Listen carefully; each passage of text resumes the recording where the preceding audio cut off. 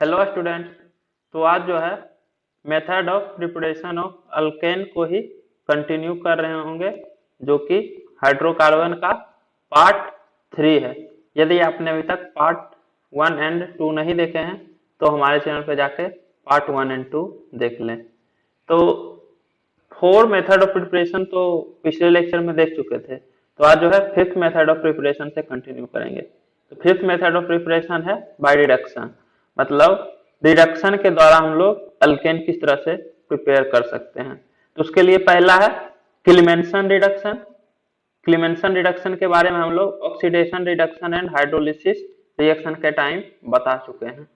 और अगर क्लीमेंसन रिडक्शन है तो वोल्फ-किस्नर रिडक्शन भी होगा, क्योंकि दोनों का काम सेम होता है। दोनों कार्बोनाइल कंपाउंड को अल्केन में रिड्यूस करता है, मतलब RCHO या RC डबल बॉन्ड हो R डैश, एल्डिहाइड या कीटोन। तो एल्डिहाइड हो या कीटोन, ये दोनों कार्बोनाइल कंपाउंड कहलाता है। इसका रिएक्शन जब आप क्लीमेंसन रिडक्शन के साथ कीजिएगा, ZnHgOHCl, ये क्लीमेंसन रिडक्शन का रिएजेंट होता है। तो ये क्या करता है, RCHO को RCH3 अल्केन में और कीटोन को यहाँ पे CH2, मतलब डबल बॉन्ड हटा के 2 हाइड्रोजन लगा दीजिए, तो C डबल बॉन्ड से CH2 CH2 R डैश बनेगा कीटोन से, और एल्डिहाइड से डबल बॉन्ड हटा के 2 हाइड्रोजन लगेगा, एक हाइड्रोजन पहले से है तो 3 हाइड्रोजन हो गया, तो RCH3 प्लस H2O। सिमिलरली इसी तरह से वोल्फ-किस्नर रिडक्शन होता है, लेकिन वोल्फ-किस्नर रिडक्शन का आपका रिएजेंट होता है NH2 ऑब्लिक KOH। ये देखिए यहाँ वोल्फ-किस्नर रिडक्शन, इसका भी सेम काम होता है, कार्बोनाइल कंपाउंड से अल्केन बनाता है, मतलब RCHO से RCH3 और कीटोन से RCH2 R dash, RCO R dash ketone है तो उसका रिएक्शन आप वोल्फ-किस्नर रिडक्शन से करवाइएगा तो RCH2 R डैश। बस इसमें ध्यान रखने वाला बात है, यहाँ देखिए बेस है, तो अगर कंपाउंड में बेस सेंसिटिव ग्रुप प्रेजेंट है तो उस केस में वोल्फ-किस्नर रिडक्शन का यूज नहीं करेंगे, क्योंकि ये बेस सेंसिटिव ग्रुप से भी रिएक्शन कर लेता है। सिमिलरली क्लीमेंसन रिडक्शन, इसमें देखिए HCl एसिड है, तो अगर कंपाउंड में एसिड सेंसिटिव ग्रुप प्रेजेंट है तो उस केस में क्लीमेंसन रिडक्शन यूज नहीं करेंगे। Clemmensen reduction is not used for a compound which have acid sensitive group. Similarly Wolff Kishner reduction is not used for a compound which have base sensitive group. ये आपको एक example से समझ में आएगा। यहाँ देखिए C double bond CH3 ketone है और यहाँ OH है, तो किस तरह से रिडक्शन करवाएंगे, तो ये तो देखिए CH2 CH3 मतलब अल्केन में कन्वर्ट हो जाए, लेकिन OH वाला पार्ट एज इट इज रहे। तो OH जो है एसिड सेंसिटिव ग्रुप है, मतलब अगर आप क्लीमेंसन रिडक्शन से रिएक्शन करवाइएगा ZnHgOHCl तो इस केस में रिडक्शन तो होगा ही, कीटोन जो है ये अल्केन में कन्वर्ट होगा, लेकिन OH जो है Cl माइनस HCl से ये इस तरह से अटैक करेगा और OH बाहर, तो यहाँ OH की जगह Cl लग जाएगा। तो हमको OH को कुछ नहीं करना है, मतलब OH के साथ रिएक्शन नहीं होने देना है, तो इसलिए क्लीमेंसन रिडक्शन नहीं वोल्फ-किस्नर रिडक्शन यूज करेंगे ZnHgOH, ताकि एसिड सेंसिटिव ग्रुप के साथ रिएक्शन ना हो, इसको एज इट इज रखना है। अगर आप क्लीमेंसन रिडक्शन लीजिएगा तो OH की जगह Cl लग जाएगा, तो यहाँ OH ही रहने देना है, तो इसलिए इस केस में आप वोल्फ-किस्नर रिडक्शन का यूज कीजिए। सिमिलरली अगर यहाँ पे इस तरह से OH ना रह के, जैसे यहाँ C डबल बॉन्ड CH3 है, यहाँ पे Cl रहता, तो इस केस में क्या करते, तो ये जो है बेस सेंसिटिव ग्रुप है, मतलब इस केस में आप वोल्फ-किस्नर रिडक्शन का यूज नहीं कर सकते हैं, मतलब NH2 ऑब्लिक KOH। यहाँ पे ध्यान दीजिए कि ये वोल्फ-किस्नर रिडक्शन नहीं है, ZnHg तो क्लीमेंसन के लिए होता है, NH2 ऑब्लिक KOH यहाँ पे होगा। अभी हम थोड़ी देर पहले वोल्फ-किस्नर में ये लिख दिए थे, तो ये नहीं होगा, NH2 ऑब्लिक KOH वोल्फ-किस्नर है। तो ये जो है बेस सेंसिटिव ग्रुप है, तो अगर आप इसका यूज कीजिएगा तो ये Cl को भी हटा देगा, यहाँ OH लग जाएगा। मतलब अगर आपको इससे इस तरह से अल्केन बनाना है और बाकी को एज इट इज रखना है तो आप वोल्फ-किस्नर रिडक्शन यूज नहीं कर सकते हैं, क्योंकि ये बेस सेंसिटिव ग्रुप है। अगर वोल्फ-किस्नर रिडक्शन का यूज कीजिएगा तो Cl के जगह OH लग जाएगा, तो इसलिए यहाँ पे जो है क्लीमेंसन रिडक्शन का यूज कीजिए ZnHgOHCl बेस सेंसिटिव ग्रुप के प्रेजेंस में। सिमिलरली यहाँ एसिड सेंसिटिव ग्रुप ओरिएंट है तो क्लीमेंसन रिडक्शन का यूज नहीं कीजिए, नहीं तो OH की जगह Cl लग जाएगा। यदि यहाँ पे OH की जगह Cl लगाना होगा तब जाके आप क्लीमेंसन रिडक्शन का यूज कीजिए और ये कार्बोनाइल को अल्केन में भी रिड्यूस कर देगा। तो इस तरह से प्रोडक्ट क्या बनाना है उसके अकॉर्डिंग आप रिएजेंट यूज कर सकते हैं कि एसिड सेंसिटिव ग्रुप यूज करना है या बेस सेंसिटिव वोल्फ किस्नर या क्लीमेंसन। इसके बाद थर्ड रिडक्शन का मेथड है by red phosphorus and HI।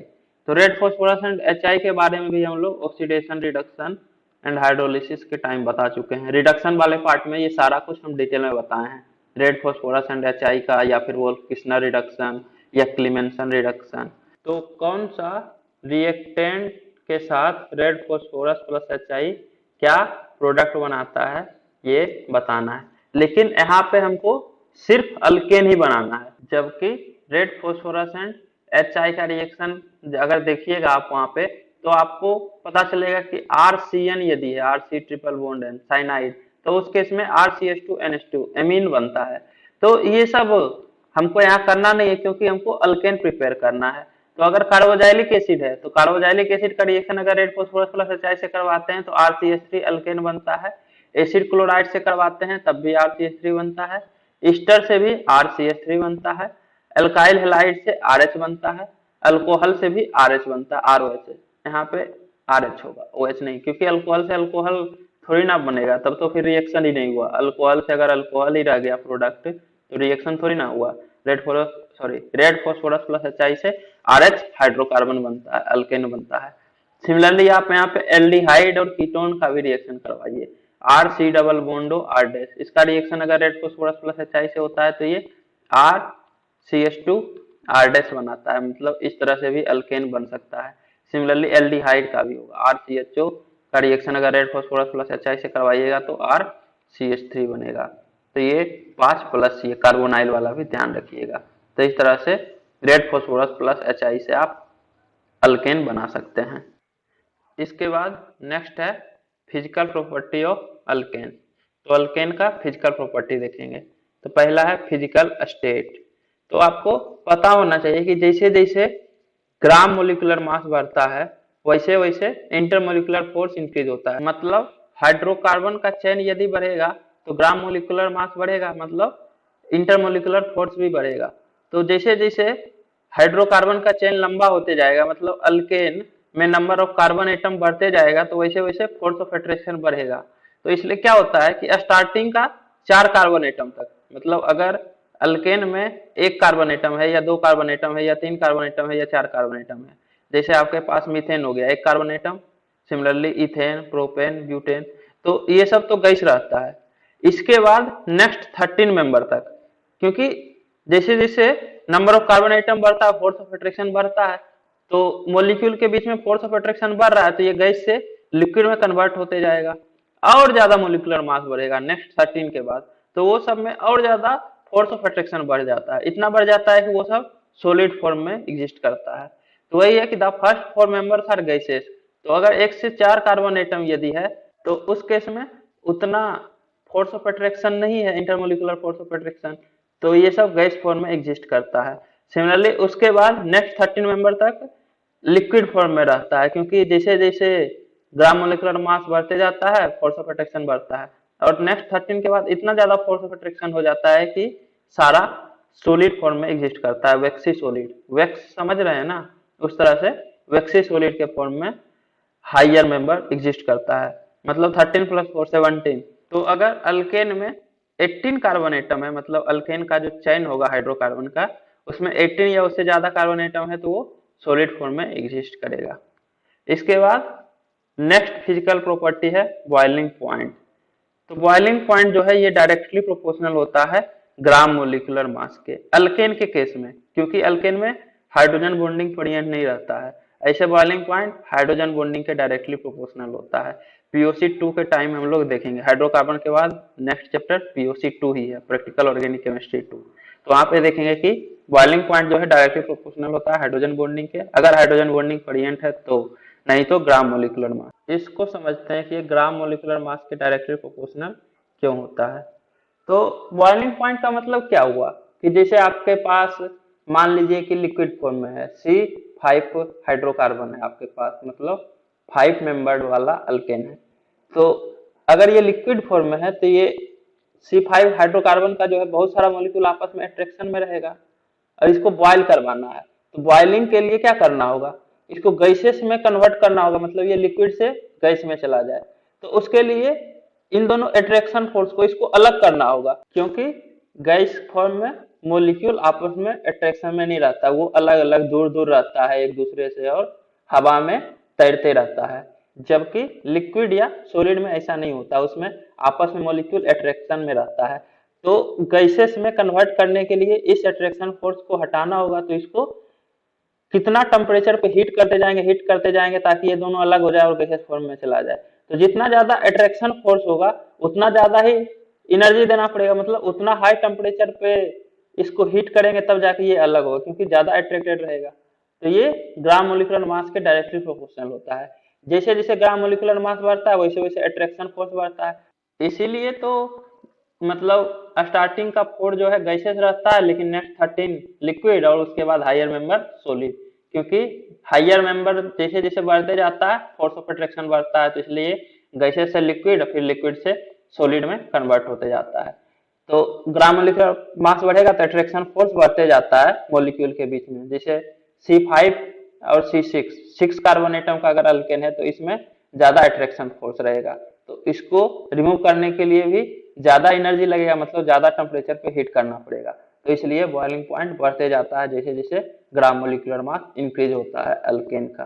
अगर आइसोमर है तो आइसोमर के केस में तो आपको पता है कि मोलिकुलर फॉर्मूला सेम रहता है, और अगर मोलिकुलर फॉर्मूला सेम है तो ग्राम मोलिकुलर मास भी सेम होता है आइसोमर का। तो इस केस में क्या होगा कि अगर ब्रांचिंग इंक्रीज होगा आइसोमर का तो बॉइलिंग पॉइंट डिक्रीज होता है। इसको समझते हैं। तो जैसे आपके पास देखिए इस तरह से लॉन्ग चेन है 1 2 3 4 5 कार्बन एटम का, और ये ब्रांचिंग कर दिए। तो ये देखिए इलिप्सॉइड सरफेस है, ब्रांचिंग बढ़ गया, तो ब्रांचिंग बढ़ा तो ये स्फेरिकल हो गया। और आपको पता होगा कि सरफेस एरिया जो होता है वो स्फेयर के केस में डिक्रीज होता है। तो सरफेस एरिया ऑफ इलिप्स ज्यादा है स्फेयर से, तो सरफेस एरिया ज्यादा होने के कारण ये ज्यादा सरफेस एरिया के साथ अट्रैक्शन में रहेगा। इसी का बहुत सारा मॉलिक्यूल रहेगा तो उसके साथ ज्यादा अट्रैक्शन में रहेगा सरफेस एरिया ज्यादा होने के कारण। तो अट्रैक्शन फोर्स ज्यादा है तो बॉइलिंग पॉइंट भी ज्यादा होगा, क्योंकि ज्यादा अट्रैक्टेड है तो इसको अलग करना भी ज्यादा मुश्किल रहेगा, मतलब हाइयर टेम्परेचर पे ये एक दूसरे से अलग होगा। और जैसे जैसे ब्रांचिंग होगा तो सरफेस एरिया डिक्रीज होगा, तो रिलेटिवली लोअर टेम्परेचर पे हम इसके दो मॉलिक्यूल को अलग कर सकते हैं। अगर दो मॉलिक्यूल आपस में अट्रैक्शन में रहेगा तो कम टेम्परेचर पे ही ये बॉयल हो जाएगा। तो इसलिए जैसे जैसे ब्रांचिंग बढ़ता है बॉइलिंग पॉइंट डिक्रीज होता है अल्केन के केस में। इसके बाद मेल्टिंग पॉइंट, तो मेल्टिंग पॉइंट जो है इसका भी पैटर्न सिमिलर होता है बॉइलिंग पॉइंट के, मतलब अगर ग्राम मोलिकुलर मास बढ़ेगा तो मेल्टिंग पॉइंट भी बढ़ेगा, क्योंकि इंटरमोलिकुलर फोर्स ऑफ अट्रैक्शन बढ़ता है। तो सॉलिड से लिक्विड में कन्वर्ट करना, मतलब मेल्ट करना थोड़ा सा डिफिकल्ट होता है जैसे जैसे ग्राम मोलिकुलर मास बढ़ता है, फोर्स ऑफ अट्रैक्शन बढ़ने के कारण इंटरमोलिकुलर फोर्स ऑफ अट्रैक्शन बढ़ जाता है इसी कारण से। इसमें एक और पॉइंट लिखिए, it is evident that the increase in melting point is relatively more in moving from an alkane having odd number of carbon atom to the higher alkanes with even number of carbon, while it is relatively less in moving from an alkane with even number of carbon atom to the higher alkane। मतलब अगर number of carbon atom odd है तो इससे next carbon atom even वाला होगा। तो इस तरफ जब बढ़ते हैं हायर अल्केन की तरफ ओड से इवन में, तो रिलेटिवली ज्यादा मेल्टिंग पॉइंट इंक्रीज होता है एज कंपेयर टू इवन से ओड की तरफ जाते हैं तब, मतलब ओड से इवन की तरफ जाएंगे तब भी बढ़ेगा और इवन से ओड की तरफ बढ़ेंगे तब भी बढ़ेगा, लेकिन ओड से इवन के केस में ज्यादा मेल्टिंग पॉइंट बढ़ता है एज कंपेयर टू इवन से ओड की तरफ, मतलब relatively more increase in melting point होता है अगर हम ओड से even number of carbon atom की तरफ बढ़ते हैं अल्केन के केस में। तो इसके बाद नेक्स्ट है आपका सोल्यूबिलिटी। तो हाइड्रोकार्बन जो होता है, मतलब यहाँ पे तो अल्केन का बात कर रहे हैं, तो ये जो है वाटर में इनसॉल्युबल होता है। इसके लिए आप एक बहुत ही इंपॉर्टेंट पॉइंट जानते होंगे कि लाइक डिजोल्व लाइक, मतलब पोलर सब्सटेंसेस पोलर में ही डिजोल्व होता है, सिमिलरली नॉन पोलर जो है वो नॉन पोलर में ही डिजोल्व होता है। तो हाइड्रोकार्बन अल्केन जो है वो नॉन पोलर होता है, आपको पता है, और वाटर पोलर होता है। तो नॉन पोलर सब्सटेंसेस पोलर में डिजोल्व नहीं होगा, मतलब ये वाटर में इनसॉल्युबल होता है आपका अल्केन जो है। इसके बाद फिजिकल प्रॉपर्टी के बाद केमिकल रिएक्शन ऑफ अल्केन, मतलब अल्केन का केमिकल रिएक्शन। तो इसमें जितना रिएक्शन है अधिकतर तो हम पीछे के लेक्चर में बता ही चुके हैं। जैसे पहला है देखिए Cl2/Hmu या फिर अल्ट्रावायलेट लाइट या हीट, तो ये तो आपका हेलोजिनेशन होता है। प्रैक्टिकल ऑर्गेनिक केमिस्ट्री के टाइम बताए थे, हाइड्रोजन हटाओ क्लोरीन लगाओ या फिर ब्रोमीन लगाओ या आयोडीन लगाओ, मतलब हेलोजन लगाओ। तो RH में से हाइड्रोजन हटेगा और यहाँ X लगेगा, मतलब RH alkane plus X2। Hmu या अल्ट्रावायलेट लाइट या फिर हीट या फिर पेरोक्साइड, ये सब के साथ ये रिएक्शन करेगा तो RX मतलब अल्काइल हैलाइड बनाएगा प्लस HX बनाएगा। पीओसी के टाइम हम डिटेल में बता चुके हैं, मोनोक्लोरिनेशन डाइक्लोरिनेशन ये सब के बारे में, कितना मोनोक्लोरो स्ट्रक्चरल प्रोडक्ट बनेगा ये सब भी बताए हैं वहां पे। इसके बाद सेकेंड केमिकल रिएक्शन है sulphonation. Lower alkanes are not easily sulphonated but hexane and higher members are sulphonated on heating with oleum at 400 degree Celsius. तो लोअर अल्केन जो होता है वो इजिली सल्फोनेटेड नहीं होता है, लेकिन हेक्सेन या उससे हायर मेंबर का यदि अल्केन है तो वो ओलियम के साथ यदि उसको हीट कीजिएगा 400 डिग्री सेल्सियस पे तो ये सल्फोनेट हो जाता है, मतलब C6H14 है। ओलियम आपका एक्चुअली में कंसंट्रेटेड H2SO4 आप बोल सकते हैं, H2SO4 प्लस SO3 रहता है, मतलब H2H2O7 को ओलियम बोलते हैं।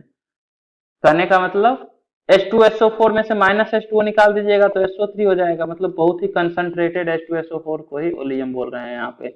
और ORM2 के टाइम हम लोग देखे भी थे कि सल्फोनेशन के लिए कंसंट्रेटेड H2SO4 यूज करते हैं। तो यहाँ पे आपके पास हेक्सेन है C6H14, इसका रिएक्शन H2SO4 के साथ कर रहे हैं 400 डिग्री सेल्सियस पे, तो SO3 है, सल्फोनेशन हो रहा है, तो C6H13 SO3H बन रहा है प्लस H2O। तो इस तरह से सल्फोनेशन होता है अल्केन का।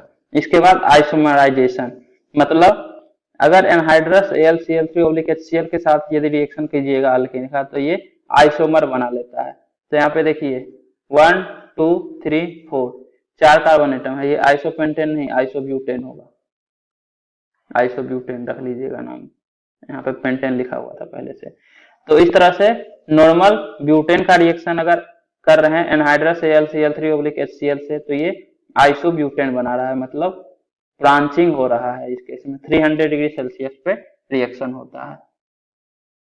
इसके बाद नेक्स्ट इस केस में देखिए नॉर्मल पेंटेन है आपके पास 1 2 3 4 5, इसका रिएक्शन जब आप कीजिएगा AlCl3/HCl से 300 डिग्री सेल्सियस पे तो ये नियो पेंटेन बनाएगा। ये देखिए नियो पेंटेन, इस केस में और ज्यादा ब्रांचिंग हो गया, मतलब 3 ही कार्बन एटम का मेन चेन है और 2 मिथाइल ग्रुप सब्स्टिट्यूएंट्स की तरह एक्ट कर रहा है।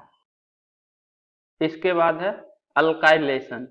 तो आइसो अल्केन जो है वो आइसो अल्कीन के साथ ऐड हो जाता है H2SO4 या HF के प्रेजेंस में और हायर ब्रांच अल्केन बनाता है। जैसे एग्जांपल में आपके पास आइसोब्यूटेन है, ये देखिए आइसोब्यूटेन है CH3 CH CH3 CH3 और इसका रिएक्शन करवा रहे हैं आइसो अल्कीन आइसोब्यूटीन के साथ कंसंट्रेटेड H2SO4 के प्रेजेंस में, तो ये ऐड हो जाएगा, यहाँ से कार्बन और ये कार्बन अटैच हो जाएगा और डबल बॉन्ड सिंगल बॉन्ड में कन्वर्ट हो जाएगा। तो CH3 कार्बन CH3 CH3, ये कार्बन और ये CH2 अटैच हो गया, फिर CH CH3 CH3, तो इस तरह से हायर ब्रांच अल्कीन बनता है और इसका नाम होता है आइसोओक्टेन। ये देखिए आइसोओक्टेन होता है, एक्सेप्शन है, हम बताए थे जब नोमेनक्लेचर बताए हैं आइसो एंड नियो का उस टाइम में, ध्यान रखिए इसका नाम होता है आइसोओक्टेन। इसके बाद फिफ्थ है एरोमेटाइजेशन, मतलब आपके पास बेंजीन या उसका डेरिवेटिव बनता है, उसके लिए हम Cr2O3 प्लस Al2O3 का यूज करते हैं high temperature and high pressure पे। 600 डिग्री सेल्सियस टेम्परेचर है और हाई प्रेशर पे यदि 6 मेंबर या उससे ज्यादा नंबर ऑफ कार्बन एटम का रिएक्शन करवाते हैं तो ये ऑक्सीडाइज होता है in presence of oxidising agent at high temperature and form benzene और इट्स डेरिवेटिव। तो 6 मेंबर्ड के केस में तो बेंजीन बनेगा, लेकिन उससे ज्यादा मेंबर्ड का रिंग रहता है तो बेंजीन डेरिवेटिव बन जाता है। यहाँ पे ब्रैकेट क्लोज्ड है, मतलब ऑक्सीडाइज का मतलब डिहाइड्रोजिनेट और साइक्लाइड होता है। तो हाइड्रोजनेशन भी हटेगा और साइक्लिक बनेगा कंपाउंड। ये तो लॉन्ग चेन हाइड्रोकार्बन है तो साइक्लिक बनेगा और डिहाइड्रोजनेशन होता है, तो इस तरह से बेंजीन बनता है। तो 6 मेंबर्ड, यहाँ देखिए नॉर्मल हेक्सेन है तो इस केस में बेंजीन बनेगा प्लस 4s2, ये डिहाइड्रोजनेशन हुआ। ऑक्सीडाइजिंग एजेंट हम Cr2O3 प्लस Al2O3 का यूज कर रहे हैं। नेक्स्ट यहाँ पे देखिए 7 मेंबर्ड का रिंग है, तो इस केस में 6 कार्बन एटम तो बेंजीन के लिए यूज होगा और एक कार्बन एटम बच गया, तो इस तरह से एक कार्बन एटम बेंजीन से आप अटैच कर दीजिए। तो बेंजीन से CH3 यदि अटैच है तो इसको टोलुइन बोलते हैं, इसका नाम आपको पता होगा, टोलुइन है प्लस 4s2। सिमिलरली अगर 8 कार्बन एटम है तो इस केस में बेंजीन तो बनेगा, अब 2 कार्बन एटम बच गया, तो 2 कार्बन एटम से एक पॉसिबिलिटी तो है कि ये इथाइल ग्रुप अटैच हो जाए बेंजीन से, तो अगर इथाइल ग्रुप अटैच होगा तो इथाइल बेंजीन बनेगा, नहीं तो 2 मिथाइल ग्रुप अटैच हो तो उस केस में ऑर्थो पोजीशन पे मिथाइल ग्रुप अटैच होता है, तो ऑर्थोजाइलिन या फिर इथाइल बेंजीन बनता है अगर 8 कार्बन एटम का अल्केन है। इसका रिएक्शन यदि Cr2O3 प्लस Al2O3 से करवाएंगे high temperature and high pressure पे। टेम्परेचर आपका 600 डिग्री सेल्सियस के आसपास होना चाहिए और हाई प्रेशर पे, तो जाके इथाइल बेंजीन प्लस ऑर्थोजाइलिन बनता है। और अगर 7 मेंबर्ड का है तो टोलुइन, 6 मेंबर्ड के केस में तो बेंजीन ही बनेगा प्लस 4s2, यहाँ पे भी प्लस 4h2 होगा। इसके बाद नेक्स्ट है रिएक्शन विथ स्टीम।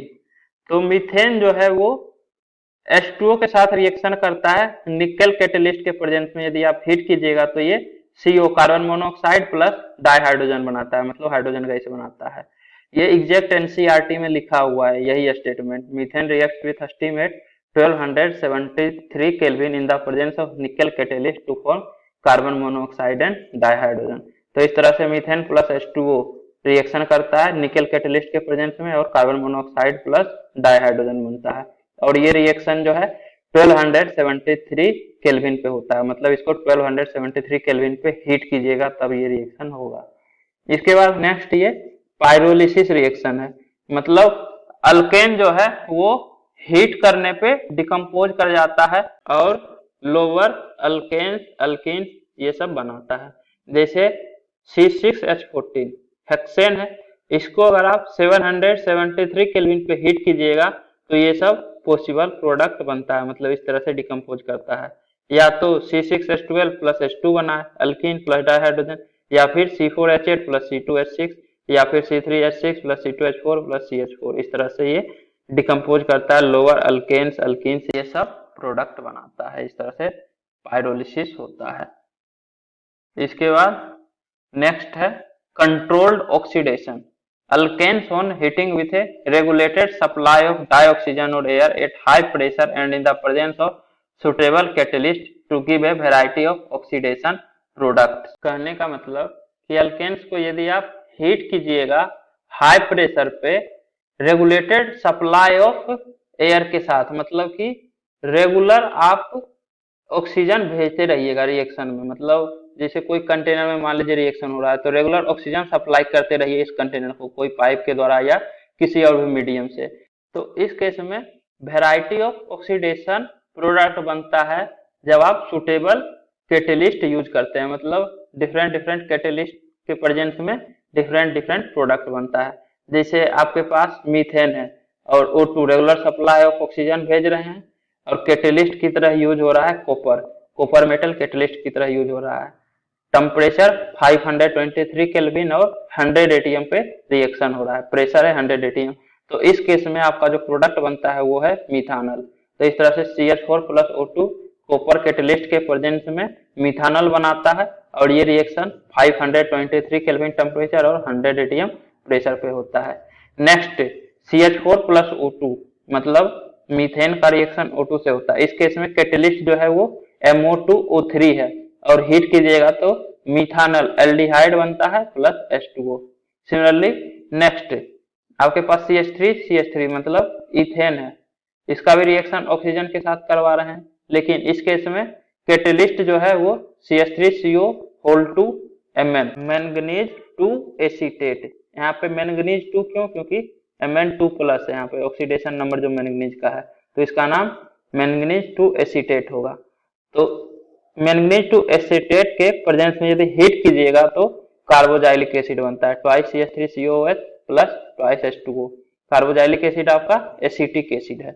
तो इस तरह से वैरायटी ऑफ ऑक्सीडेशन प्रोडक्ट्स देता है alkane in the presence of suitable catalyst.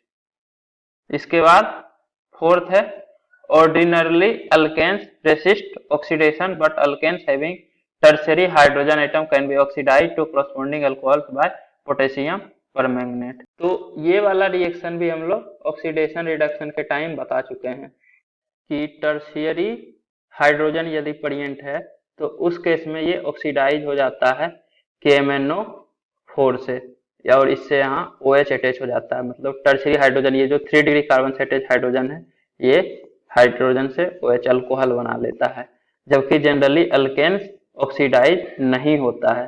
तो यही देखिए आपके पास CH3 यही वाला तो है, इस कार्बन से 3 मिथाइल ग्रुप और एक हाइड्रोजन अटैच है, तो इस कार्बन से 3 मिथाइल और एक हाइड्रोजन है। इसका रिएक्शन जब आप KMnO4 पोटेशियम परमैंगनेट से कीजिएगा तो ये ऑक्सीडाइज हो जाता है और H के जगह OH लग जाएगा, CH3COH, और इसका नाम होगा 2 मिथाइल प्रोपेन 2-ol।